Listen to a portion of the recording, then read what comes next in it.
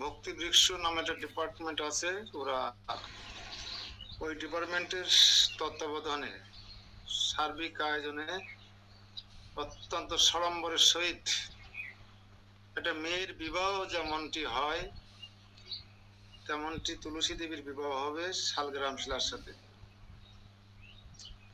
আর একটা মেয়ে বিয়ে দিতে গেলে অন্তত 500-700 খানিক লোক প্রসাদ পেতে আসবে, হাজারেরও বেশি লোক প্রসাদ পেতে আসবে, এবং সেই সমস্ত পশুদের ব্যয়ভার বহন করতে হবে কন্যার পিতা যিনি হবেন।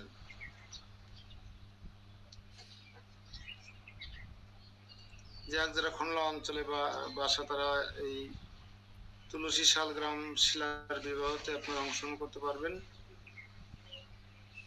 আর আজকে যারা মন্দিরে আসবেন তারাও তো দরকার নেই, ওই 10:30-11টার সময় তর্পণ ক্রিয়া হবে। আমি দেখেছি গোল্লামারিতে খুলনাতে একবেলা প্রসাদ পায় ব্রতধারীরা, আজকে এখানে পাবে কিনা জানি না, এখানে পায় কিনা, এটা মনে হয় পায় না। তবে আশা করছি অন্যান্য বছরের ন্যায় যারা রাত 10টা না বাজে যারা ব্রতধারী তাদের 7:30টায় প্রসাদ দিয়ে দেওয়া হবে। 7:30-8টার মধ্যে তাদেরকে প্রসাদ দিয়ে দেওয়া হবে। ব্রত যথাসময় তারা সমাপন করতে পারবে, এবং চাইলে আশেপাশে 10-20 কিলোমিটারের মধ্যে যারা আছে তারা স্বগৃহে প্রত্যাবর্তন করতে পারবে। আর বাকিটা আপনাদের সার্বিক সহযোগিতা আমরা একান্তভাবে কামনা করি, সেভাবে চলে আসবেন সবাই। আমরা শ্রীমদ্ ভগবদ গীতার 3য় অধ্যায় পর্যন্ত গতকালকে দেখেছিলাম, 3য় নম্বর শ্লোক পর্যন্ত গুণত্রয় বিভাগ যোগ 14 নম্বর অধ্যায়। কাঁকড়া বিচার একটা তুলনা দেওয়া হয়েছিল এখানে। কাঁকড়া বিচার ডিম পড়ে কোথায়? চালের গাদার মধ্যে, অর্থাৎ চাল যেখানে থাকে।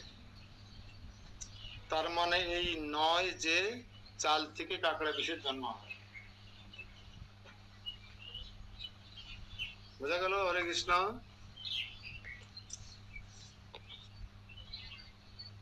কাঁকড়া বিষা পোকা যখন ডিম পড়ার সময় হয় তখন তারা চালের গাদা খোঁজে, চালের মধ্যে তারা ডিম পাড়তে স্বাচ্ছন্দ্য বোধ করে। যেমন কুমির গভীর জলের প্রাণী, যখন তাদের ডিম পেড়ে বাচ্চা ফোটানোর সময় হয় তখন তারা বালুকা বেলায় চলে আসে, বালু খুঁড়ে গর্ত করে সেখানে ডিম পেড়ে চলে যায়, আর চোখ দিয়ে নিরীক্ষণ করে তারা বাচ্চা ফোটায়। তার মানে বালু থেকে কুমিরের জন্ম হয়, এটা নাই।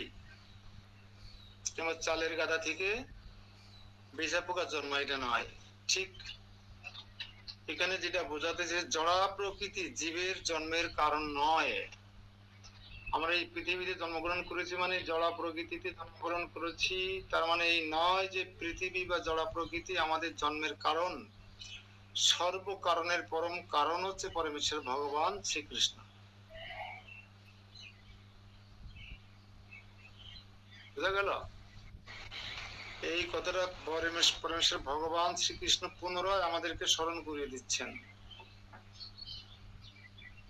যাতে আমরা পৃথিবীকে, আমার গ্রামকে, আমার দেশকে আমার জন্মের কারণ হিসেবে মনে করে, ও আমার দেশের মাটি তোমার করে ঢাকাই মাতা আছে না, কিংবা ধন্যে ধান্যে পুষ্পে ভরা আমাদের এই বসুন্ধরা, এই বসুন্ধরার প্রতি আসক্ত হয়ে গেলাম, কৃষ্ণকে ভুলে গেলাম।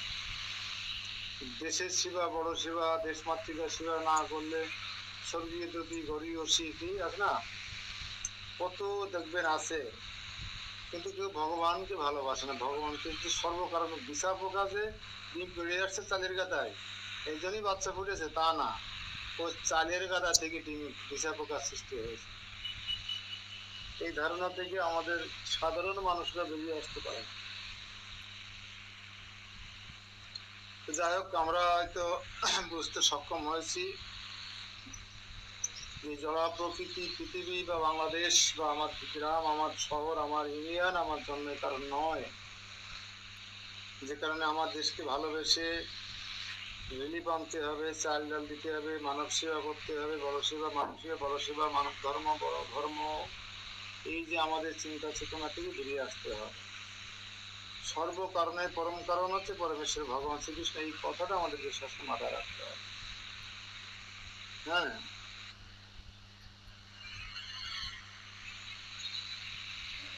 আপাত দৃষ্টিতে মনে হয় যেন জড়া প্রকৃতি থেকে সমস্ত জীব উদ্ভূত হলো।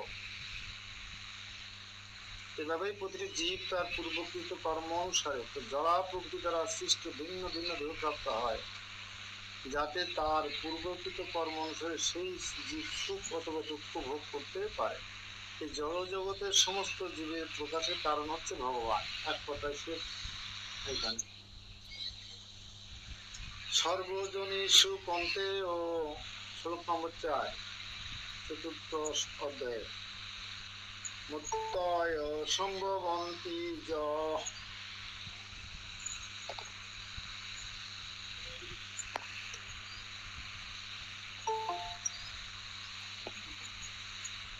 তাসাম ব্রহ্ম মহত জননী অহম অভিযোগদ পিতা।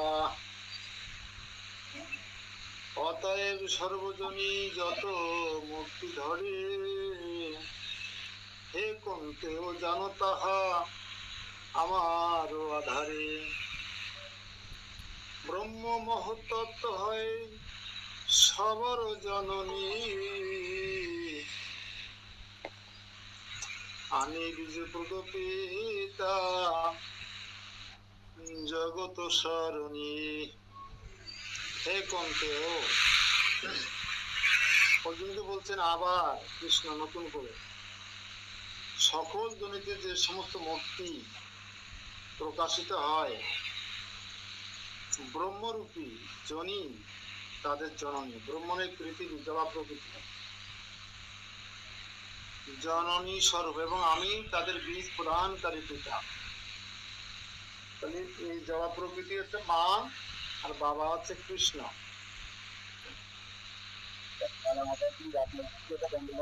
এই স্পষ্ট ভাবে ব্যাখ্যা করে হয়েছে যে পরম পুরুষোত্তম ভগবান শ্রীকৃষ্ণ হচ্ছে সমস্ত জীবের পরম পিতা।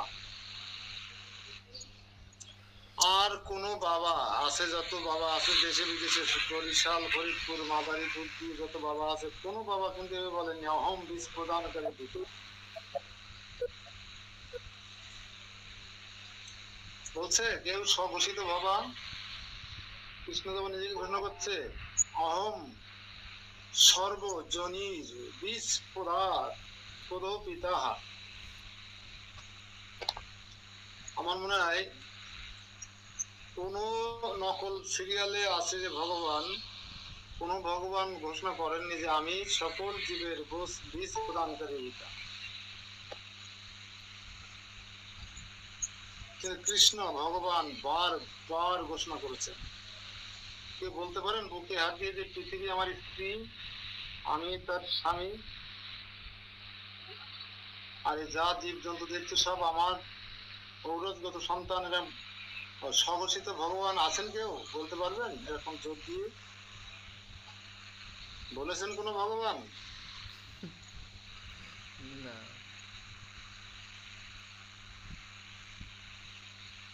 অহম বীজ প্রদানকারী পিতা একমাত্র, আমি সর্বকারণের পরম কারণ, আমি আদি, আমি অনাদি।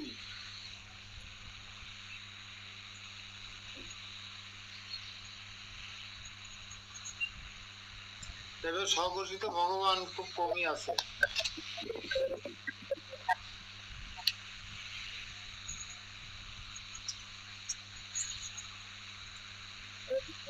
জীব হচ্ছে জড়া প্রকৃতি ও পরা প্রকৃতির সমন্বয়।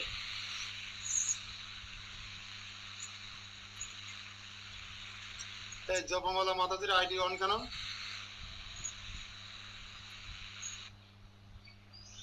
এগুলো কেন করেন? সবার ক্লাসে ডিস্টার্ব হচ্ছে, বোঝেন না? আর আমি দেখেছি আজকে যখন জব ক্লাস হচ্ছিল, সবাই পার্সোনাল আইডি খুলে পারিবারিক আলাপ আলোচনা হচ্ছিল। এগুলো ঠিক না, কিন্তু ঘরের কথা পরে জেনে যাবে। কিন্তু কে করছিলেন জানি না, আমি সবার উদ্দেশ্যে বলছি। কেউ ঘরের কথা পরে শোনাবেন না, আইডি অন করে বাড়ি বা পারিবারিক কথা বলবেন না, এটা তো শিশু সুলভ আচরণ, বালখিল্যতা। এটা ইন্টারন্যাশনাল আইডি, এখানে সারা পৃথিবীর লোক আছে এখানে, আপনি ঘরে গল্প করবেন না আইডি গুলি দিয়ে, এটা ঠিক? আর এমন একটা আইডি আমাদের যে একজনের থেকে দুইজনের যদি অন করে রাখি তাহলে আর কথা শোনা যাবে না ভালো করে। এই জন্য আমি প্রশ্ন করে একবার দেখবেন আমার আইডিটা অফ করে দিই, এটা মাথায় রাখবেন সবাই। তো জীব হচ্ছেন জড়া প্রকৃতি ও পরা প্রকৃতির সমন্বয়ক, মানে চিন্ময় আর জড় উভয় বস্তু দিয়ে আমাদের এই জড়া প্রকৃতি, আমাদের এই জীব সৃষ্টি হয়েছে। কারণ ভিতরে চিন্ময় বস্তু না থাকলে জড়া প্রকৃতিকে পরিচালনা করতে পারতো না। এই ধরনের জীব কেবল এই গ্রহের দৃষ্ট হয় তা না, যে জড়া প্রকৃতি পরা প্রকৃতির সমন্বয়ে যে জীব, এটা শুধু যে আমাদের পৃথিবীতে আছে তা না, অন্যান্য গ্রহ এমনকি সর্বোচ্চ ব্রহ্মলোক জীব আছে আছে জীবাত্মা সর্বত্রই রয়েছেন, সে বৈকুণ্ঠ লোকেও আছেন।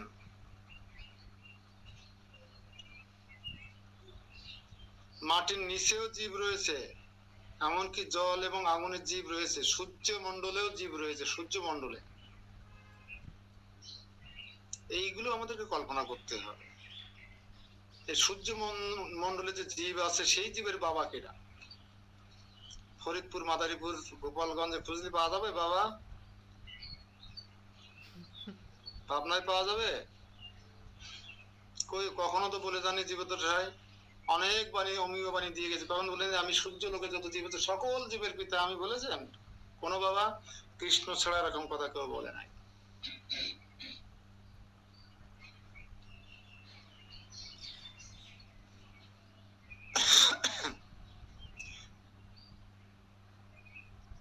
মাতৃরূপী জড়া প্রকৃতিতে শ্রীকৃষ্ণ বীজ প্রদান করেছেন। এই সারমর্ম হচ্ছে যে পূর্বকৃত কর্ম অনুসারে জীবাত্মাকে জড় জগতের গর্ভে সঞ্চালিত করা হয় এবং সৃষ্টির সময় তারা বিভিন্ন মূর্তিতে প্রকাশ। মূর্তি মানে কি বোঝেন তো? মূর্তি মানে আবার দুর্গা, কালী, লক্ষ্মী, সরস্বতী, গণেশ মনে করেন না জানো? আপনিও একটা মূর্তি, আমিও একটা মূর্তি, ছাগলও একটা মূর্তি, হাঁসও একটা মূর্তি, এটাকে বোঝানো হচ্ছে।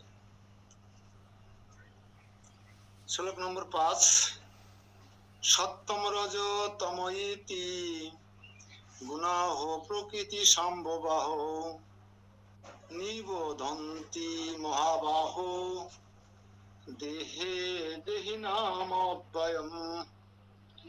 শতরজতম গুণ প্রকৃতি সম্ভব ত্রিগুণেতে বদ্ধ জীব হয়ে যায় সব। এই দেহ সে বন্ধন নিগড় আকার, জীব অব্যয়সে বদ্ধ যে প্রকার। অতএব মহাবাহ, জড়া প্রকৃতি থেকে জাত শত রজতম এই 3টি গুণ এই দেহের মধ্যে অবস্থিত অব্যয় জীবকে আবদ্ধ করে। 3টে দড়ি লাগে বেঁধে রাখতে গেলে মায়ের সংসারে। মায়াবদ্ধ জীব 3টে গুণের দ্বারা আক্রান্ত, সে হচ্ছে শতগুণ, রজগুণ, তমগুণ। এই গুণ চেঞ্জ হয় মাঝে মাঝে, এই গুণ চেঞ্জ হয়। এখন কে কে, এখন আমার মনে হয় ইসকন সহ সারা গৌড়ীয় বৈষ্ণবেরা এখন শতগুণে অধিষ্ঠিত। কিছু বৈষ্ণব আছে কালকের থেকে রজগুণ তমগুণে আবার নেমে যাবে। 1 মাস দম ধরে কোন রকম নিরামিষ খেয়েছে, রাতটা গেলে হয় রাতি না শুরু করে দেয়, রাত 12টা 1 মিনিট বেজে গেছে তার মানে শুরু করা যায়। এমনও শতগুণে অবস্থানরত ভক্ত আছে, তারা কালকে আবার রজতম গুণে নেমে যাবে। হ্যাঁ, কিন্তু আমি জানি আপনারা কেউ রজগুণের ভক্ত বা তমগুণের ভক্ত নন, আপনারা অল টাইম শতগুণের ভক্ত।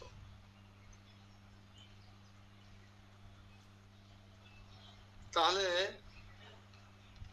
আমরা চাইলে যে কোনো মুহূর্তে আমাদের ক্লাস চেঞ্জ করতে পারি। আমরা সত্যগুণ থেকে রজগুণে নেমে যেতে পারি, আবার চাইলে রজগুণ থেকে বা তমগুণ থেকে শতগুণে উত্থিত হতে পারি, নিজেকে উঠিয়ে নিয়ে আসতে পারি। এই বিষয়গুলো নিজেদের উপর খানিকটা নির্ভর করছে। এই জন্য সবাই যার যে আত্মীয় স্বজন বন্ধু বান্ধব 1 মাস কষ্ট করে শতগুণে থেকে এই আরাধনা করলেন, তপস্যা করলেন, তাদেরকে অনুরোধ হয় বিনয় করে বলবেন যে বমন ভক্ষণ না করলে হয় না। যা গেছে গেছে অতীতে, এই সুইচ খাল দিয়ে, সুয়ারেজ খাল দিয়ে, ড্রেন দিয়ে যা কিছু গেছে গেছে, 1 মাস যা তো কিছু যায়নি। 1 মাস ড্রেনটা অনেক পরিষ্কার হয়ে গেছে। তো এই 1 মাস কি আমরা আজীবনে পরিণত করতে পারি কিনা, আমৃত্যুতে পরিণত করতে পারি কিনা, দেখুন না চেষ্টা করে।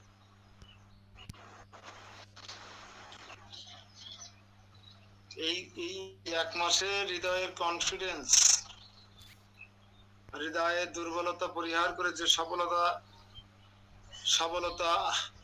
সক্ষমতা, সাত্বিকতা সব মিলিয়ে একটা সুন্দর অবস্থানে ছিল, একটা আবেশ আজকে অনেকের সুন্দর করে কেটে যাবে।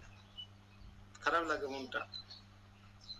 সারা পৃথিবীর মানুষ যদি সাত্বিক হয়ে যেত, সারা পৃথিবীর মানুষ যদি 26টা গুণে অধিষ্ঠিত হয়ে যেত, তাহলে আমরা এই পৃথিবীকে অন্যরকম ভাবে সাজাতে পারতাম। আমরা এই পৃথিবীকে অন্য একটা জায়গায় নিয়ে যেতে পারতাম। এই লোকের এই একটা পৃথিবীর সমস্ত মানুষ আমরা একসঙ্গে ভগবত ধামে চলে যেতে পারতাম। কিন্তু শয়তানে তো লাড়বে মাথার মধ্যে। আজকে শয়তান, কলি, মায়া, এরা খুব বিপদে আছে 1 মাসে। কলি তো মনে হয় জায়গাই পাচ্ছে না ইস্কন মন্দিরের আশেপাশে, ইস্কন ভক্তদের বাড়ির আশেপাশে কলির অবস্থান নেই। সবাই 2-4 জনকে নিয়ে দীপদান করছে, একটু প্রসাদ পাওয়াচ্ছে, একটু দামোদষ্টগাম গাইছে, আর কলি তো তাদের বাড়ির থেকে দূরে চলে যাচ্ছে। কলি তো আর অ্যাটাক করতে পারছে না। তো এটা কিভাবে চিরস্থায়ী বন্দোবস্তে রূপান্তরিত করা যায়, প্রসার ক্ষেত্রে প্রয়োগ করবেন সবাই।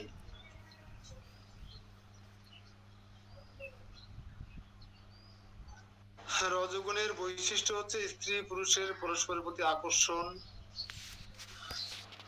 পুরুষের প্রতি স্ত্রীর আকৃষ্ট হয় এবং স্ত্রীর প্রতি পুরুষ আকৃষ্ট হয়, তাকে বলা হয় রজগুণ। মানুষের মধ্যে যখন রজগুণ বর্ধিত হয়, তখন তার জাগতিক সুখ ভোগের আকাঙ্ক্ষা বৃদ্ধি পায়। সে তখন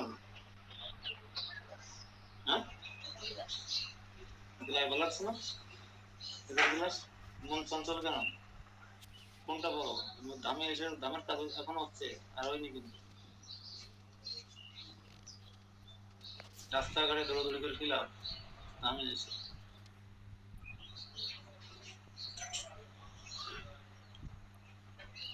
গীতা শুনতে ভালো লাগছে না, চিন্তা করা যায় গীতাতে রুচি আসছে না।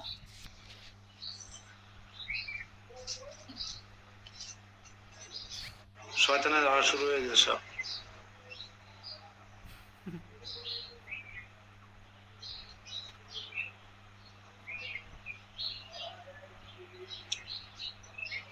সে তখন ইন্দ্রিয় সুখ ভোগ করতে চায়। ইন্দ্রিয় সুখ ভোগ করার জন্য রজগুণে অধিষ্ঠিত মানুষ সমাজে জাতিতে প্রতিষ্ঠা হচ্ছে রজগুণের প্রভাব। মানুষ যখন এইসব আকাঙ্ক্ষা করে তখন তাকে কঠোর পরিশ্রম করতে হয়। তাই এখানে স্পষ্টভাবে বলা হয়েছে যে মানুষ তার কর্মফলের প্রতি আসক্ত হয়ে পড়ে এবং তারপরে এই ধরনের বন্ধনে আবদ্ধ হয়। তার স্ত্রী পুত্র সমাজকে সন্তুষ্ট করার জন্য এবং তার সম্মান বজায় রাখার জন্য তাকে কঠোর পরিশ্রম করতে হয়। এটা আমাদের রাজেশ প্রভুর চেয়ে বাস্তব অভিজ্ঞতা আর কারণ নয়, যে আমেরিকার মানুষ সমাজ সংসার সবাইকে সবার চাহিদা পূরণ করবার জন্য কত ব্যস্ত সময় অতিবাহিত করে। কি রাজেশ প্রভু?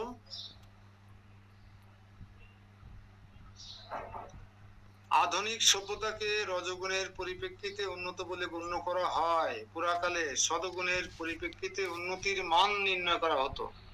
যারা শতগুণে অধিষ্ঠিত তারাই যদি মুক্তি লাভ করতে না পারেন, তাহলে যারা রজগুণে বন্ধনে আবদ্ধ তাদের কি অবস্থা হবে? প্রশ্ন আপনাদের কাছে রয়ে গেল।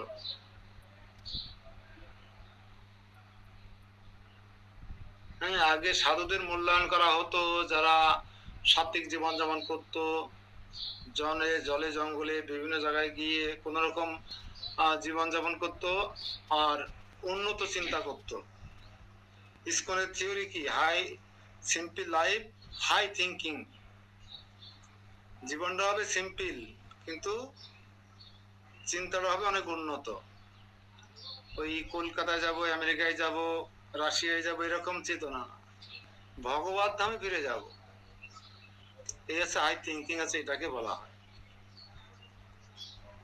কিন্তু আমরা তো আমেরিকা পর্যন্ত যেতে পারলেই খুশি। মোর মনের বিলাস আমেরিকায় দিও বাস। কিন্তু আমেরিকার মানুষ কিন্তু দুই পায়ে দৌড়তে পারে না, জানেন? আপনারা তো এখনো বাংলাদেশ ভারতে দুই পা দিয়ে দৌড়ই জীবন পরিচালনা করতে পারেন, আমাদের চার পা ছাড়া চলে না। চলে রাজেশ বাবু? চার পা ছাড়া কি আমেরিকা দৌড়ানোর কোনো সুযোগ আছে? 300 কিলোমিটার বেগে দৌড়াতে হবে, দুই পা দিয়ে সম্ভব না, এই জন্য চার পায়ে দৌড়াতে হবে। স্ত্রীর গাড়ি লাগবে, স্বামীর গাড়ি লাগবে, ছেলে স্কুল যাবে তার গাড়ি লাগবে। এক গাড়ি দিতে সব সারবেন তাও হবে না। এই বাংলাদেশের সচিবালয় না যে সচিবের বউ বাজার করতে যাচ্ছে গাড়ি নিয়ে, হ্যাঁ, সচিবের মেয়ে স্কুলে কলেজ যাচ্ছে সেই গাড়ি নিয়ে, সচিবের ছেলে প্রাইমারি স্কুলে যাচ্ছে সেই একই গাড়ি নিয়ে, আবার সচিবালয়ে যাচ্ছে সেই গাড়ি নিয়ে, এরকম নয়। প্রত্যেকের আলাদা আলাদা দৌড়ানোর জন্য 4টি করে পা লাগে, নিজের পায়ে দৌড়াতে পারে না। প্রাইভেট সেই পরিমাণে প্রাইভেট কার লাগে 300 কিলোমিটার বেগে দৌড়ায়। এইটা আছে বর্তমান আছে ভালো তার মানদণ্ড, কিন্তু আগে ছিল শতগুণের মানদণ্ড, এখন আছে রজগুণের মানদণ্ড। এই জন্য আমাদের চেষ্টা করতে হবে, আমরা চাইলে শতগুণ রজগুণের চেঞ্জ আমাদের কাছে, সব আমাদের কাছে।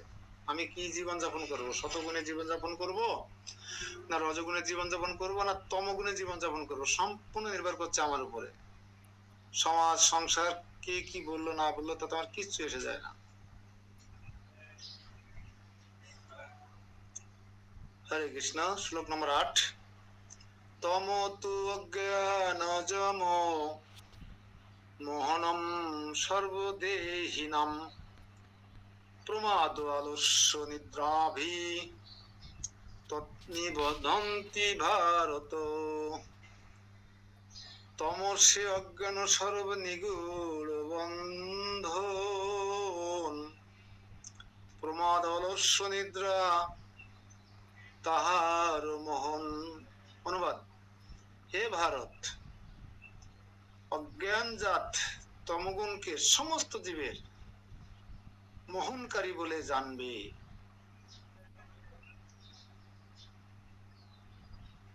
অজ্ঞানজাত তমগুণকে সমস্ত জীবের মোহনকারী অর্থাৎ বিমোহিতকারী বলে জানবে। সেই তমগুণ প্রমাদ, আলস্য, নিদ্রা দ্বারা জীবকে আবদ্ধ করে।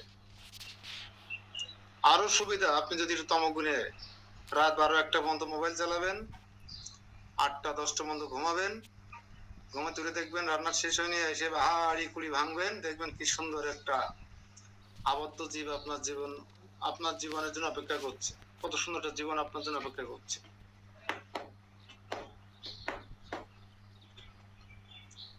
এই শ্লোকে সংস্কৃত তু শব্দটি প্রয়োগ খুবই তাৎপর্যপূর্ণ।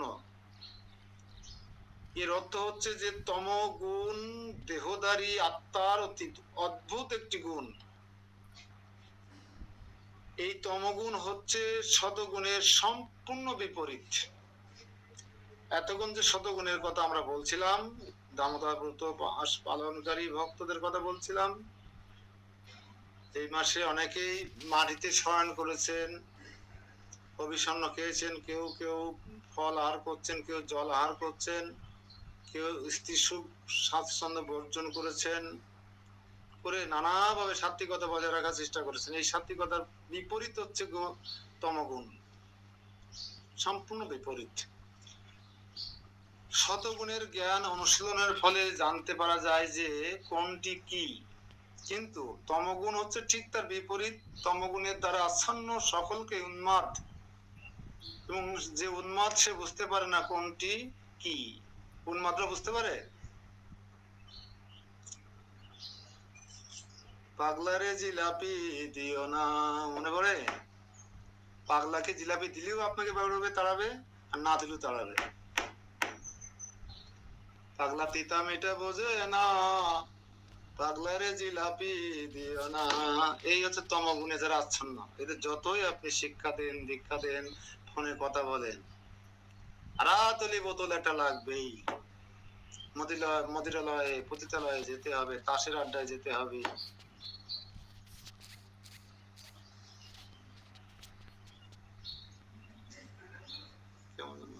চাপ বোধ হচ্ছে।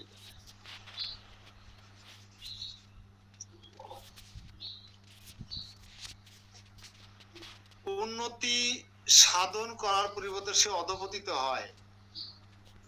বৈদিক শাস্ত্রে তমগুণের বর্ণনা করে বলা হয়েছে যে তমগুণের দ্বারা আচ্ছন্ন হয়ে পড়লে বস্তুর স্বরূপ নির্ধারণ করা যায় না। যেমন সকলেই জানে যে তার পিতামহ মারা গেছেন, এবং তার সেও একদিন মারা যাবে, কারণ মানুষ মরণশীল, ম্যান ইজ মর্টাল। তার গর্ভজাত সন্ততিরও একদিন মারা যাবে, সুতরাং সকলেরই মৃত্যু অবধারিত। কিন্তু তবু মানুষ তার সনাতন আত্মাকে উপেক্ষা করে উন্মাদের মতো দিন রাত কঠোর পরিশ্রম করে ধন সম্পদ সঞ্চয় করে চলেছেন। এটি হচ্ছে উন্মত্ততা।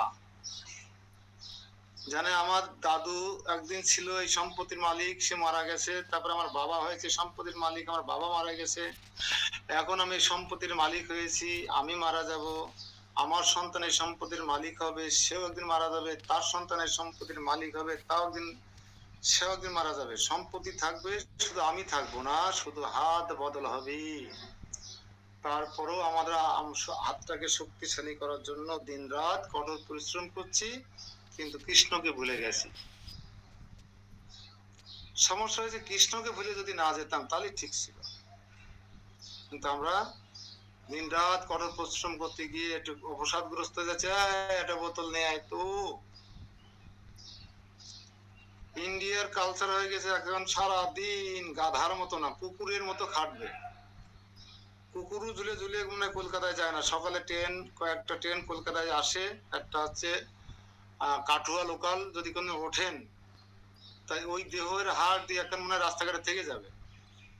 আর বনগা লোকাল, এরকম চারিদিক থেকে যে লোকাল গুলো ঢোকে কলকাতায়, তো কুকুরও অত খারাপ জীবন যাপন করে না।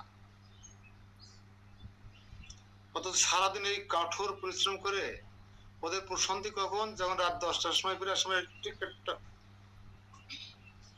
এই জামার তলে করে আনতে পারে, জামার তলে করে ওদের সমস্ত শান্তি সেখানে।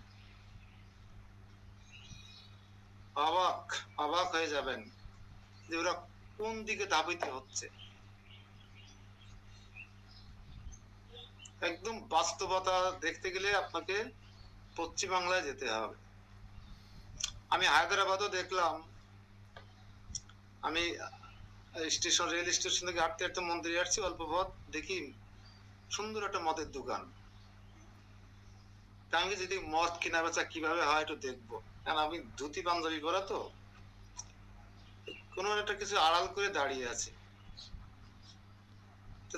কি ভদ্র লোক, ভদ্রভাবে মদ কিনছে, 1 টাকাও বাকি না, সব নগদ, ওখানে কোনো বাকির কারবার নেই। তো 1 বোতল না, এরকম ব্যাগ ভরে ভরে দিচ্ছে, ব্যাগ ভরে ভরে। আর ওখানে 500 টাকার নিচে কোনো লেনদেন হয় না দেখলাম। ওই 1 বোতল 8 বোতল কিনতে গেলে আলাদা লাইনে দাঁড়াতে হবে আপনাকে। তো গোটা ভারতবর্ষ এই মদ গিলা শেখাইছে, ঠিক আছে, কিন্তু পশ্চিমবাংলায় শেখালো করা, যারা কুকুর ইচ্ছে অদম জীবন যাপন করে, সকালবেলায় ঝুলতে ঝুলতে কলমি শাক বেচতে যাচ্ছে, পাট শাক বেচতে যাচ্ছে, তারাই আসার সময় একটা মদের বোতল কিনবে।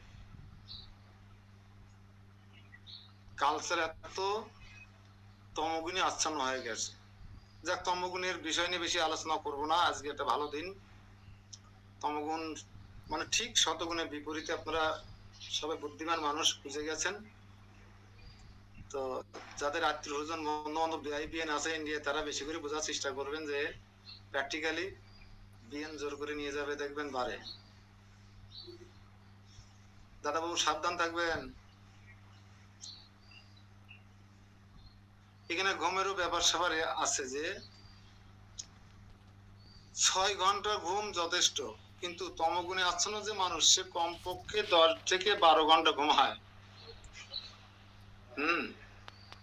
একটা সুস্থ মানুষের জন্য, একটা মানুষের সুস্থ থাকার জন্য 6 ঘন্টা ঘুম এনাফ, ইজ এনাফ। কিন্তু 12 ঘন্টা যারা ঘুমায়, আর এর আয় যদি 80 বছর হয়, তা ঘুমিয়ে খেয়ে গেলে কয় বছর? 40 বছর। এই ব্যক্তি খাতি বসবে মোবাইল নিয়ে, দেখবেন মোবাইল দেখাও শেষ হবে না, এই দামবন্ধ লীলার মতন, আর ভাত খাওয়া শেষ হবে না। আমার বাড়িতে আছে, আমি জানি। তাহলে এখানে যদি ঘন্টাখানিক কাটে প্রতিদিন এক বেলায়, তাহলে 3 বেলায় 3 ঘন্টা, 3 ঘন্টা। এবার এই ব্যক্তি বাথরুমে গেলে ধরে নেবেন আধা ঘন্টা থেকে 40 মিনিট লাগবে। তাহলে এর জীবনের আরো 50% কেটে গেল খাওয়া, আগা মোতা এইগুলোর কাজে। তাহলে 20 থেকে থাকলো 20 বছর। আর এই 20 বছর পারতো কি ভালো লাগে? ধর্মপতি না লাফাচাপা করতে ভালো লাগে? 1 থেকে 20 বছর বয়স যাদের, তাদের কিভাবে কাটে? আমরা শক্তি, আমরা বল, আমরা কিসের দল? শয়তানের দল না তরুণের দল, কোনটা? তাহলে আপনার ভজন হবে কখন? 40 বছর কেটে গেল ঘুমায়ে, 20 বছর কেটে গেল খাওয়া, শোয়া, বাথরুম, টয়লেট, স্নান আদি ইত্যাদি, মোবাইল ঠেলাঠেলি করতে, আর থাকলো 20 বছর, এটা হচ্ছে তারুণ্য কেটে গেল।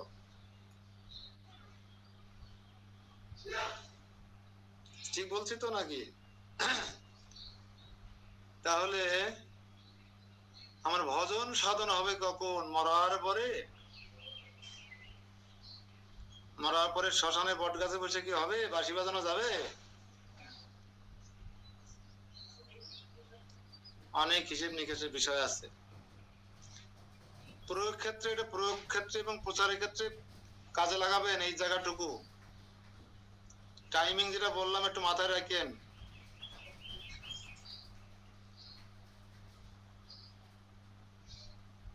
তো তর্কের খাতিরে যদি আমরা 6 ঘন্টাও ঘুমাই, তাহলে আমাদের 20 বছর সময় ঘুমিয়ে কেটে যাচ্ছে।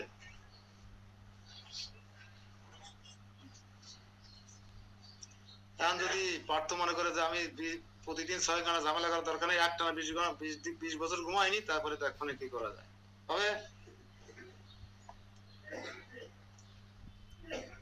একটানা 20 বছর 10 বছর খেয়ে নিয়ে স্নান করে নি, তারপরে বাকি কাজ পরে করবা না, এটা হবে না। কিন্তু কোনো কিছু যদি না হয়, তাহলে ধর্মটা কেন রেখে দিচ্ছি আমরা? ইম্পর্টেন্ট পয়েন্ট নোট, যে কোনো কিছু যদি কেউ মনে করে যে আমি প্রতিদিন 7 ঘন্টা ঘুমাই, তাহলে আমার 22-24 বছর লেগে যাচ্ছে ঘুমাতে আমার জীবন থেকে। এই ঘুমটা আমি এক চান্সে করে নেব, তাও কিন্তু পাচ্ছে না সে। কোনো কিছু সে একটানা একঘেয়েমি করে নিতে পারছে না, কিন্তু ধর্মটা কেন রেখে দিচ্ছে যে ওরা বৃদ্ধকালে করে নেব? ঠিক বোর্ডে ক্লাসিফিকেশন করে দেখিয়ে দেবেন আপনারা ক্লাস নেওয়ার সময়, যে আপনি যেটা ভাবছেন সেটা সঠিক নয়। একটা দিনকে যেমন বিভিন্ন ভাবে বিভক্ত করে আপনি খাওয়ার টাইম, ঘুমানোর টাইম, স্নানের টাইম, বিশ্রামের টাইম, কর্মক্ষেত্রের কর্ম করার টাইম ভাগ করে নিয়ে জীবনটাকে পরিচালনা করছেন, ওই রুটিনের মধ্যে কি ধর্ম আছে? বিশেষ করে সনাতন ধর্মের শিক্ষিত সমাজকে বলবেন, যে শিক্ষিত সমাজ উন্নতি স্বর্ণ শিখরে ওঠার জন্য পিতামাতার আশীর্বাদ, স্ত্রীর আশীর্বাদ নিয়ে বলগা ঘোড়ার মতো ছুটে চলেছে, সেই সমস্ত শিক্ষিত যুবককে জিজ্ঞেস করবেন তোমার এই দৈনন্দিন রুটিনের মধ্যে কি আধা ঘন্টা গীতা পাঠ আছে? তাহলে এই কোনো টাইম যদি একাধারে পাস করা না যায় জীবনের, তাহলে তুমি এই টাইমটা একত্রিত করো। প্রতিদিন যদি আধা ঘন্টা ধর্ম করার টাইম রাখতাম আর 23.5 ঘন্টা জীবন যাপন, তাহলে আমার 80 বছর আয়ু থাকলে আমার বছরে কত বছর আমি সুযোগ পেতাম সাধন ভজন করার? সেই সময়টুকু আমি বৃদ্ধ বয়সে দিতে পারি একঘেয়েমি ভাবে যে আমি এই সময় রেখে দিয়েছি, প্রতিদিন আধা ঘন্টা বা 1 ঘন্টা করে সময় আমি বাঁচায় রাখছি, এখন তোমরা আমাকে ডন্ট ডিস্টার্ব মি, আমি এখন সাধন ভোজন করব। এখন আমার বয়স 78 বছর। সম্ভব? হয়তো আমি হাস্যচ্ছলে বলেছি, কিন্তু একটা ইম্পর্টেন্ট বিষয় এখানে অবতারণা করলাম, আপনারা বিষয়টা মাথায় রাখবেন এবং এটা নোট রাখবেন। এই জায়গাটা রেখে প্রচার ক্ষেত্রে এখানে বিশ্লেষণ করবেন, এর গভীরতায় প্রবেশ করবেন, দৃষ্টান্ত দিবেন, এইখান থেকে আমরা কি শিক্ষা পেলাম, নিজের জীবনে কি প্রয়োগ করব, আর প্রচার ক্ষেত্রে কি প্রয়োগ করব। পুলিন প্রভু, এখান থেকে আমরা যে শিক্ষা পেলাম এটা কিভাবে আমার জীবনে প্রয়োগ করব?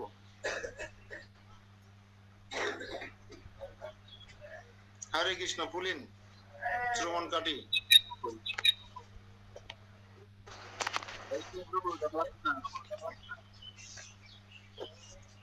হরে কৃষ্ণ। কিভাবে যদি আমি আছে পারমার্থিক উন্নতি চাই, আগে আমার ইচ্ছাটাকে প্রাধান্য দিতে হবে। যে আমি একজন সনাতনী, আমার আছে ইচ্ছা না, আগে আপনি উপলব্ধিটা কি করলেন? আপনি এখন এনজিও তে চাকরি করছেন, একটা ম্যানেজার একটা ব্রাঞ্চের, তাহলে আপনি এখন শুধু খেটে খুঁটে আয় উন্নতি করে গাড়ি বাড়ি করে নেবেন, তারপরে একটা নির্দিষ্ট সময় গিয়ে কি আপনি একটানা 10 বছর বা 7 বছর সাধন ভজন করতে পারবেন কিনা? তাই যদি না পারেন তাহলে আমাদের কোথায় ভুল হচ্ছে, সে ভুল সংশোধনের উপায় কি, এটা আমি একটু জানতে চাচ্ছি। আর হরে কৃষ্ণ। না, ওই একটানা আছে যে আমি ঘুমাবো বা একটানা পরে যে আছে আমি ধর্ম করবো, সেটা সম্ভব না। কেন আমার, যেহেতু আপনি এনজিওর কথা বলছেন, আমাদের দৈনন্দিন একটা রুটিন আছে, যে আমার টার্গেট প্ল্যান আছে, যে আজকে আমার এই টার্গেট, এইটা কাজ করতে হবে। ঠিক আমার জীবনের চলার পথে ঠিক টার্গেট তৈরি করে নিতে হবে, যে আমার এই জীবনে আমার আজকের দিনে আমার এই এই কাজগুলো করতে হবে, আমার আছে সেইভাবে রুটিন তৈরি করে নিয়ে এগিয়ে যেতে হবে। তার মধ্যে ধর্ম না থাকলেও তো চলবে নাকি? তা আপনার সমাজে তো তাই বোঝায়। আপনার সমাজে আপনার মারা কি বলে, এখন সময় হয়নি, এখন লেখাপড়া করো, ডাক্তার হতে, ইঞ্জিনিয়ার হতে হবে, মানুষের মতো মানুষ হতে হবে, প্রভুটা আশীর্বাদ করেন যেন মানুষের মতো মানুষ হয়। কিন্তু কোনো তো বলে না যে যেন আধা ঘন্টা গীতা পাঠ করতে পারে সেই আশীর্বাদ করেন। কোন মা কি বলে আপনার সমাজে? আমাদের সমাজে সকালে ঘুম হাত মুখ ধোয়া এসে ফ্রেশ করে এসে গীতাকান ধরাই দেয়, নাকি ইংরেজি বইকান ধরাই দেয়? আপনার কাছে একটা কথা জিজ্ঞাসা করি। আমি যেমন এখানে থাকি শ্রমণঘাটি বাজারে, বুঝছেন প্রভু, এটা শুনবেন। এখানে আছে গত শনিবারে আমি বাড়ি থেকে আসি, সন্ধ্যা 7টায় পৌঁছে এখানে এক জায়গায় বসে বিশ্ব পঞ্চব্রত নিয়ে একটু কথা বলছি। তো এখানকার একজন, উনি নিরামিষ খান, কিন্তু উনি এ সমস্ত কিছু মানেন না। বলছে যে বিশ্ব পঞ্চব্রত আবার কি, কলিযুগে আছে শুধুমাত্র মহাপ্রভুই সব, ওইসব আছে জন্মাষ্টমী রাধাষ্টমী ওইসব কি জন্য পালন করব। তারপরে আছে দামোদর কি, দামোদর কি কলিযুগের, এইটা নিয়ে অনেক বিতর্ক। উনি হচ্ছে ধর্ম মূর্খ। ওই নিরামিষ খায় তো, ছাগলও তো নিরামিষ খায়, হরিণও তো নিরামিষ খায়, তাহলে তো ওরা ভগবত আগে যেত। এই শ্রেণী মানুষরা সংসার আমাদের সমাজে আরো উৎপাতের মূল কারণ। দামোদর মাস তো কলিযুগে মহাপ্রভু আবির্ভাবের দিন থেকে এই মাস বা বছর গণনা করা হয়, আর পূর্ণিমা টু পূর্ণিমা 1 মাস ধরা হয়। আর এই 12 মাসের নাম হচ্ছে ভগবানের 12টা নাম দিয়ে শুরু হয়েছে। কেশব মাস, মাধব মাস, নারায়ণ মাস, মসুদন মাস, ত্রিবিক্রম মাস, বামন মাস, শ্রীধর মাস, ঋষিকেশ মাস। হ্যাঁ, এইগুলো হচ্ছে ভগবানের নাম। তো এইগুলো সে অস্বীকার করে কিভাবে এগিয়ে যাবে সামনের দিকে? মহাপ্রভু এগুলো মহাপ্রভুর সময় হয়েছে না, মহাপ্রভুকে কেন্দ্র করে হয়েছে না। উনি সূর্যর আলো মানে, সূর্যকে মানে না, এটা কি করে সম্ভব? যাক, ওইসব লোক থাকবে সমাজে। দেখবেন আমাদের কবিলাতে একজন আছে মহান জ্ঞানী পণ্ডিত মতো দেখি যে মুগি টুগি দাঁড়ি 80 বছর টছর বয়স হয়ে গেছে, নিরামিষ খায়, অথচ সে এই সমস্ত আলোচনা বা এই বর্তমান প্রেক্ষাপটে আমরা যে দীপদানটা অনুষ্ঠান করি এগুলো তারও পছন্দ না। দেখলাম সে অনেক ঢ্যাস দিয়ে দিয়ে বা খুশা দিয়ে দিয়ে কথা বলে, নিজেকে বিশাল বড় কিছু মনে করে আর সবাইকে মনে করে ভণ্ড। অমুক গোসাই ছিল এই করে চলে গেছে, তমুক গোসাই ছিল এই করে চলে গেছে। এরকম সব সমাজে সব গ্রামে দু একজন থাকবে। কিন্তু বিষয় হচ্ছে আমরা আমাদের এই দৈনন্দিন জীবনটাকে আমরা এমন ভাবে সেটিং দিব, সেখানে স্কুল থাকবে, পড়াশোনা থাকবে, চাকরি থাকবে, কর্ম থাকবে, ব্যবসা থাকবে, ধর্ম থাকবে, তারপর সামাজিকতা থাকবে, স্ত্রী পুত্র পরিবারের সাথে একটা বন্ধন থাকবে, সবকিছু থাকবে। কিন্তু আমাদের দুঃখ হচ্ছে আমাদের সব আছে কিন্তু কৃষ্ণ নেই। আমরা সুখী হতে চাই কিন্তু কৃষ্ণকে বাদ দিয়ে, আমরা ভালো থাকতে চাই কৃষ্ণকে বাদ দিয়ে, আমরা বড় হতে চাই কৃষ্ণকে বাদ দিয়ে, জীবন সাজাতে চাই ধর্মকে বাদ দিয়ে। ওই তারপরে যাওয়া তাই হয়, মানুষের মতো মানুষ করে আশীর্বাদ নিয়ে ভার্সিটিতে পাঠায় দিয়েছে, সমস্ত কিছু হাতের বালা মালা বিক্রি করে মেয়েকে ভার্সিটিতে পাঠায় দিয়েছে। মেয়ে দেখ কোটের বারান্দায় ডাকাটাই কান্নাকাটি করছে, কেন? মেয়ে ডাইভার্ট হয়ে গেছে, অন্য ধর্মান্তরিত হয়ে গেছে। এই মা বাবা এবার বুঝতে পেরেছে, আরে আগে যদি জানতাম, তার ইস্কনের সাথে যদি একটু যোগাযোগ রাখতাম, তাহলে আজ আমার মেয়েটাকে হারাতে হতো না। কোটের বারান্দায় মা গিয়ে বাবা গিয়ে পায়ে ধরছে মেয়ের, মা তুই একমাত্র আমার অবলম্বন, তোর জন্য আমরা কত কিছু করেছি, নিজেরা ধর্ম করে নি, তোরা ধর্ম করতে দিইনি, সমস্ত টাকা পয়সা তোর পিছনে ব্যয় করেছি, কোচিং এ ব্যয় করেছি, হ্যাঁ ম্যাচে ব্যয় করেছি, আর তুই এমন কাজ করতে পারিস না মা, তুই আমাদের বুকে ছেলে মেরে দিয়ে চলে যাস না মা। কারণ ম্যাচিউড হয়ে গেছে, এখন তো কোর্ট পুলিশ কেউ তো তাকে আটকাতে পারছে না। আর মা বাবার কাছ থেকে সন্তান আশীর্বাদ নেবে কি? 18-20 বছর মা বাবার তো রক্ত চুষে মানুষ হয়েছে, মা বাবা সন্তানের পায়ে ধরছে গিয়ে যে আমাদের মান বাঁচা, আমাদের জীবন বাঁচা, আমাদের সবকিছু বাঁচা, তুই আমাদের সবকিছু। আর ওই অ্যাডাল্ট সন্তান মা বাবাকে উপেক্ষা করে ওই সন্তানের হাত ধরে চলে যাচ্ছে কোর্টের বারান্দা দিয়ে। আর মা গাইছে, আমি চেয়েছে দেখলাম তুমি চলে গেলে, আমার বলার কিছু ছিল না, না গো, আমার বলার কিছু ছিল না। এই গান যেন কোর্টের বারান্দায় কাউকে না গাইতে হয়, এই শিক্ষাটাও দিবেন। দৈনন্দিন জীবনে বাচ্চাদের হাতে আধা ঘন্টার জন্য গীতা থাকে, সে মেয়ে হোক ছেলে হোক। আমি কিন্তু সন্তানের কথা বলেছি। মোবাইলটা তো ঠিকই তুলে দিচ্ছেন, 6 মাস বয়স হলে পর কানে করে মোবাইল দিয়ে দিচ্ছেন, খাওয়ার সময় মোবাইল দিচ্ছেন যে মোবাইল নিয়ে খাক, আমি যন্ত্রণা থেকে মুক্ত পাই, আমি অন্তত নিরিবিলি একটু মোবাইল টিভি। যে মা বাবা আদর কদর করে হোক, তাচ্ছিল্য করে হোক, সন্তানের হাতে 20 করে এই তুলে দিচ্ছেন গীতানা তুলে দিয়ে, সে মাকে কানতে হবে, কানতে হবে, কানতে হবে। আমি ওয়ারেন্টি দিয়ে দিলাম, সে মাকে কাঁদতেই হবে, সে বাবাকে কাঁদতেই হবে। লিখে রাখুন, যদি কেউ এটা তুলে দিতে পারেন, শাসন করে দুটো চড় লাগাতে পারেন ডিজিটাল যুগে, আমাদের সত্য যুগের মতন, তাহলে হয়তো কিছুটা সুফল আপনি পেতে পারবেন। দরকার নেই এই আধুনিক শিক্ষায় শিক্ষিত হওয়া, দরকার নাই। ছেলে হোক না গ্রাম্য ডাক্তার, পাড়ার ডাক্তার হোক, অন্তত গ্রামে কাকি খুঁড়িদের তো এটা ক্যানোলা পড়াতে পারবে, আমার মরার সময় তো আমার পাশে থাকবে। এমন শিক্ষায় শিক্ষিত করেন না যে মরার সময় আপনাকে ফ্রিজে রাখা লাগতেছে খুলনা মেডিকেলে নিয়ে যায় 1 মাস। কেন? ছেলে পিএইচডি করতেছে আমেরিকায়, বিসিএস ক্যাডার, তাকে এখন আসার কোনো স্কোপ নেই, তার কেরিয়ার শেষ হয়ে যাবে। কেন? বাবা মরে গেছে, ছেলের পিএইচডি পরীক্ষার ফাইনাল চলছে আমেরিকা। কে কোনটা আগে? ছেলের কাছে বলেন। এত শিক্ষিত ছেলে আমার দরকার নাই, ওই ক্যানোলা পড়ানো ছেলে আমার যথেষ্ট। সনাতন ধর্মে মানুষের এত উচ্চাকাঙ্ক্ষা, একটু 9-10 পড়া মেয়ে মা বাবা যদি হয়, তাহলে তো তারা নিজেরা স্বপ্ন দেখবে আকাশ, চুম্বি।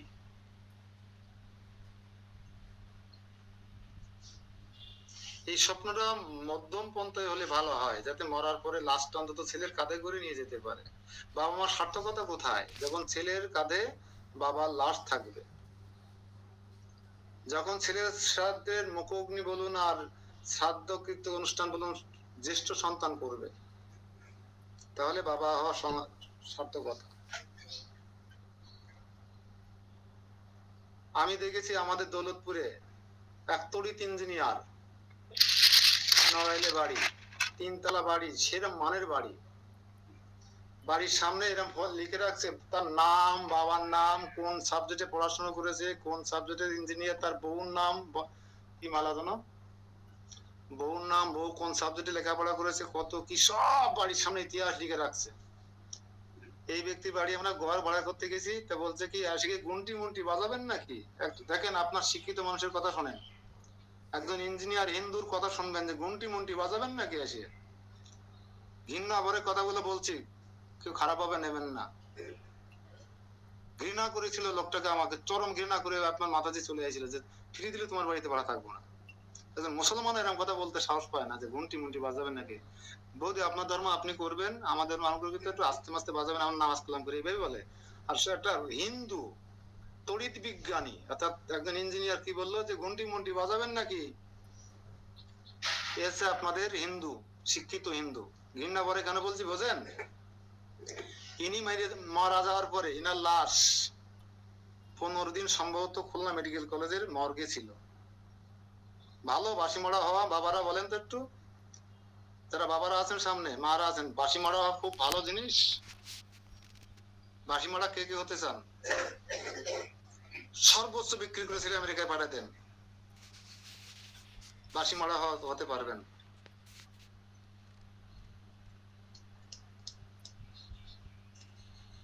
এই হচ্ছে আমাদের সনাতন ধর্মের অবস্থা। অবশ্য তার স্ত্রী মোটামুটি এখন তার তার মেয়ে ছেলে বিয়ে দিয়েছেন পুরো বৈষ্ণব পরিবারে, আমাদের ইসকনের। অবশ্য তারা বৈষ্ণব বৈষ্ণব না। তো এই এই যে ইঞ্জিনিয়ারের কথা বললাম, ওনার স্ত্রীর কথা একটু বলে রাখি। আমি তখন 16 সালে ঢাকা থেকে ট্রান্সফার নিয়ে খুলনাতে এসেছি।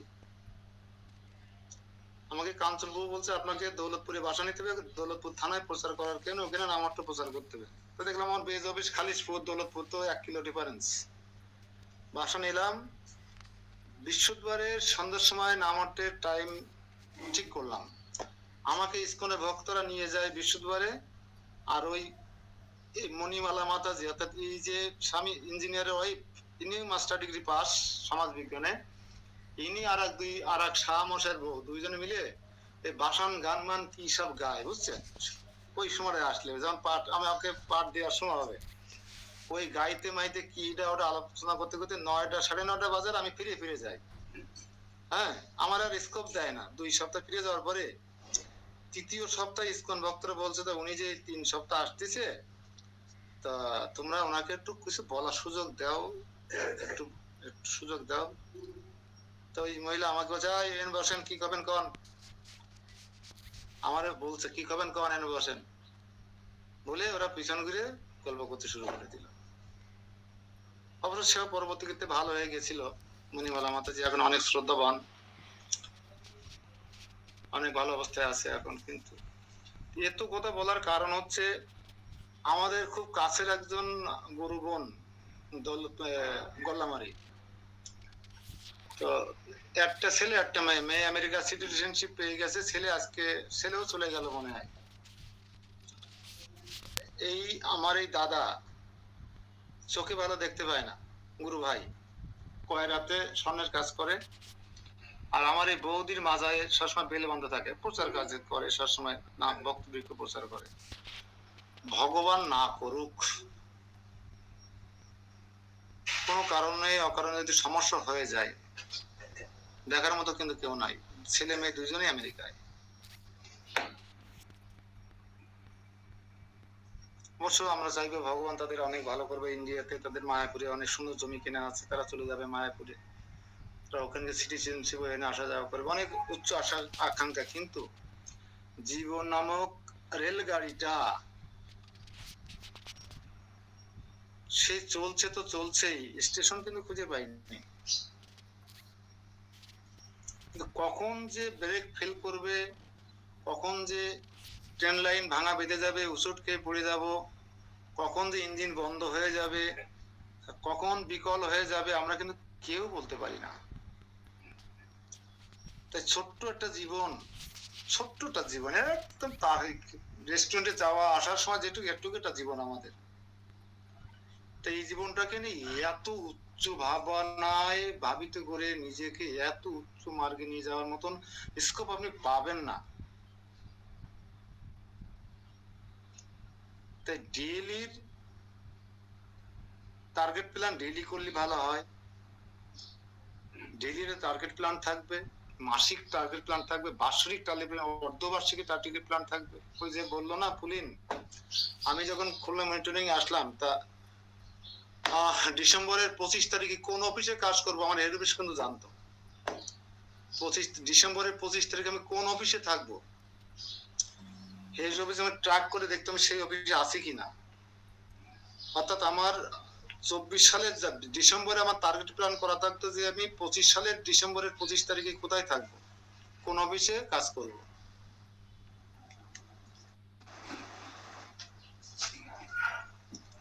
ঠিক আমাদেরও এই ছোট্ট জীবনটাকে আমাদেরকে এইভাবে টার্গেট প্ল্যান করতে হবে, টার্গেট প্ল্যান পরিকল্পনা মাফিক সাজাতে হবে। তো তার মানে এই না যে আমি প্রতিদিন 12 ঘন্টা করে ঘুমাবো, এই করব তাই করব, আর ওই জীবন শেষে গিয়ে যখন আর হাতে পায়ে বল পাবো না, তখন কৃষ্ণের সাথে সম্বন্ধ স্থাপন করার চেষ্টা করব।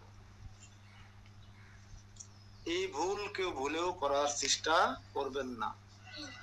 হা হুতাশ করে কেটে যাবে ওই সময়, কি চালাম আর কি পেলাম। ওই বুড়িমাও তখন কিন্তু শিবের মাথায় জল ঢালতে যাবে, দুধ ঢালতে যাবে, যে কি গাইবে জানেন, যা চেয়েছি তাই আমি পাইনি, যা পেয়েছি তাই আমি চাইনি। এই গাইতে হবে তখন দুধ ঢালতে গিয়ে শিবের মাথায়। বোঝা গেল? দুধ আপনাকে শিবের মাথায় বিয়ের আগেও ঢালতে হবে শিবের মতো স্বামী পাওয়ার জন্য, বিয়ের 1 সপ্তাহ পরেও ঢালতে হবে, আবার ওই মাসি বিজি হয়ে যাবেন যখন ঠাম্মা হয়ে যাবেন তখনও ঢালতে হবে। কিন্তু আপনার অঙ্ক মিলাতে পারবেন না যদি কৃষ্ণকে বাদ দিয়ে সবকিছু প্ল্যানে অন্তর্ভুক্ত করার চেষ্টা করেন। যাই টার্গেট প্ল্যান করেন সব জায়গায় যেন কৃষ্ণ থাকে। এই এত কথা বলার মূল উদ্দেশ্য হচ্ছে এটা। আপনি জীবন পরিচালনা করবার জন্য যেভাবে আপনার জীবনটাকে সাজান না কেন, পরিকল্পনা করুন না কেন, প্রত্যেকটা অনুপরমাণিত যেন কৃষ্ণ থাকে। ব্যাস, এই বিষয়ে আমার আর কোনো সে নেই। অনেক ডিপ আলোচনা করে দিলাম। প্রচার ক্ষেত্রে অবশ্যই প্রয়োগ করবেন, ব্যক্তিগত জীবনে প্রয়োগ করবেন, এবং আপনি এটা সবদিন স্মরণে রাখবেন, সবাইকে রাখাবেন, প্রতিদিন শোনাবেন, শুনতে না চাইলেও তার কানের পাশে বলবেন। হরে কৃষ্ণ। একটা শ্লোক দেখবো, সত্যময় সুখে সঞ্চয়তি রজঃ কর্মাণি ভারত, জ্ঞানমাবৃত্ত তু তম প্রসাদে সঞ্চয়তি উত। শতগুণ সুখে বাদে রজগুণ কাজে, তমগুণ প্রমাদেতে বন্ধনে বিরাজে। হে ভারত, শতগুণ জীবকে সুখে আবদ্ধ করে।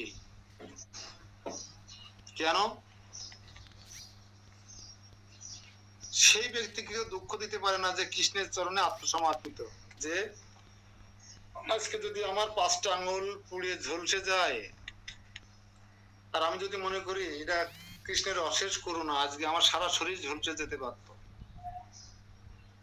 তাহলে আমার 5টা আঙ্গুল যদি ঝলসে যায় আগুনে, তাহলে কি আমাকে দুঃখ দিতে পারবে? কেউ পারবে না। যদি সে মনে করে যা কিছু হচ্ছে কৃষ্ণের ইচ্ছায় হচ্ছে, যা কিছু হচ্ছে ভালোর জন্য হচ্ছে, মঙ্গলের জন্য হচ্ছে, আজ আমার 5টা আঙুল পুড়ে না গিয়ে আমার আজকে সারা শরীর ঝলসে যেতে পারতো, সে তাকে কেউ দুঃখ দিতে পারবে? পারবে না। কেউ যদি আজকে শাক, একটু কচু শাক, একটু ডাল, একটু হেলাঞ্চা শাক সুন্দর করে রান্না করে ভগবান জগন্নাথকে নিবেদন করে সবাইকে নিয়ে বসে ভগবান হচ্ছে প্রার্থনা, হে ভগবান, যোগ্যতা বিচারে কিছু নাহি পাই, তোমার করুণা ছাড়া। অর্থাৎ আমার যে যোগ্যতা, তাতে শাক, অন্ন, ডাল আমার পাওয়ার যোগ্যতা নেই। তুমি করুণা করে এত সুন্দর প্রসাদের ব্যবস্থা করে দিয়েছো, তোমার প্রতি আমি চিরকৃতজ্ঞ। অসংখ্য ধন্যবাদ কৃষ্ণ। এই পরিবারকে কেউ দুঃখ দিতে পারবে? এই হচ্ছে সাত্ত্বিক জীবনে সুখী থাকার, সুখে আবদ্ধ হওয়ার সূত্র। রজগুণ জীবকে সকাম কর্মে আবদ্ধ করে, সেভাবে না আমাকে এই দোকানের পজিশনটা কিনতেই হবে, এই পজিশনটা আমি ব্যবসা করছি, যদি পাশের পজিশনটা নিতে পারি এনি হাউ, তাহলে আমার ব্যবসা প্রসারিত হবে, উপরে 2 তলা বাড়ি করব, মার্কেট করব। দেখুন পরিকল্পনা। তখন বউর গয়না বেচো, শ্বশুর বাড়ি চাপ দাও, জমিটুকু বিক্রি করো, মেয়ের কাছে দিনা হও, এনজিওতে ধর্ণা দাও, দিয়ে বিশাল টাকা দিনা করে হঠাৎ করে একদিন এখানে কেঁপে উঠলো। করতে করতে অ্যাম্বুলেন্স চলে আসলো। 3 দিন পরে টের পেলেন আপনি আইসিইউতে শুয়ে আছেন আপন ছেড়ে। ডাক্তার বলছে আর দোকানদারি করা কর্তন্য, আর দোকানদারি করা চলবে না। একবার ঝুলে গেছে এরকম করে, রাখা হয়ে গেছে। বোঝা গেল? সুখ সুখ আছে। শান্তি পেতে গেলে শান্ত হতে হবে, শান্ত হতে হবে। শান্তি পেতে গেলে শান্ত হতে হবে।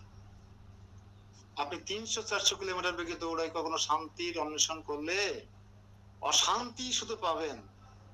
শান্তির মা মরে গেছে অনেক আগে।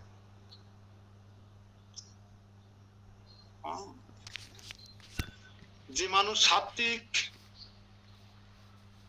তিনি দার্শনিক, বিজ্ঞানী, শিক্ষক আদিরূপে কর্ম বা জ্ঞানের কোনো বিশেষ শাখায় নিযুক্ত থাকেন। তার বুদ্ধিগত প্রচেষ্টার মাধ্যমে সন্তুষ্টি লাভ করেন। রজগুণের দ্বারা প্রভাবিত সকাম কর্মে লিপ্ত মানুষ যতটা সম্ভব সম্পদ আহরণ করতে ব্যস্ত থাকেন এবং সৎ কাজের অর্থ ব্যয় করেন। তিনি কখনো কখনো হাসপাতাল খুলবার চেষ্টা করেন এবং দাতব্য প্রতিষ্ঠান আদিতে দান করেন। এগুলি হচ্ছে রজগুণের লক্ষণ। এর গন্তব্যস্থল সর্বসাকুল্যে স্বর্গ পর্যন্ত হতে পারে। আর তমগুণ জ্ঞানকে আচ্ছাদিত করে রাখে। তমগুণে যাই হোক না কেন, তাতে মানুষের নিজের মঙ্গল তো হয় না, অন্যদের মঙ্গল হয় না, বরং অন্যদের ডিস্টার্ব হয়। 12টা পর্যন্ত ঘুমাবেন আর আপনার বউ রান্না করে নিয়ে বসে থাকবে এইভাবে যে কখন উঠবে আর সামনে খাবার ধরতে হবে। তার অন্য কাজ নেই, তার রেস্ট নেই, তার সাধারণ ভোজন নেই।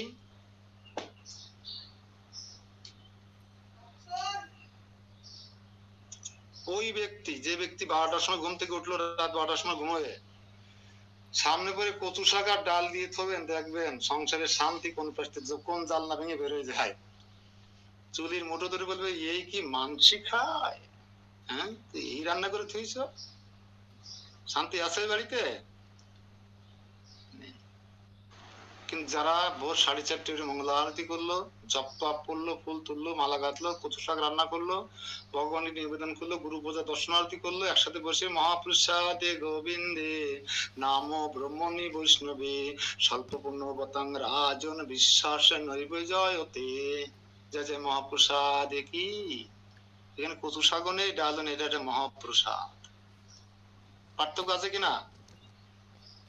হরে কৃষ্ণ হরে কৃষ্ণ কৃষ্ণ কৃষ্ণ হরে হরে, হরে রাম রাম রাম হরে হরে। অনেক হয়ে গেছে আজকে, প্রথম দিন ক্লাস দিলাম, পূর্ণ ক্লাস, আপনাদের আশীর্বাদে অনেক অনেক আলোচনা হয়েছে।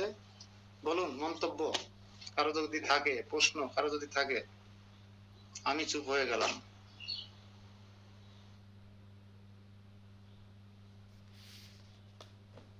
হরে কৃষ্ণ প্রভু।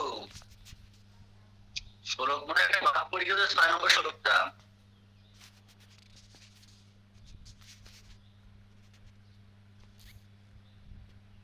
শ্লোক বাদ পড়ে গেছে।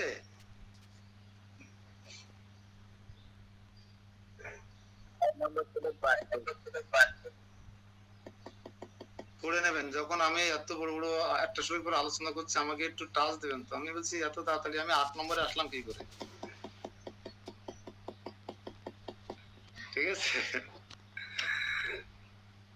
পড়ে নেবেন। আর মানে ফিলোসফি যেটা ছিল সেটা আমরা মূলত সেই জায়গায় পৌঁছে গেছি।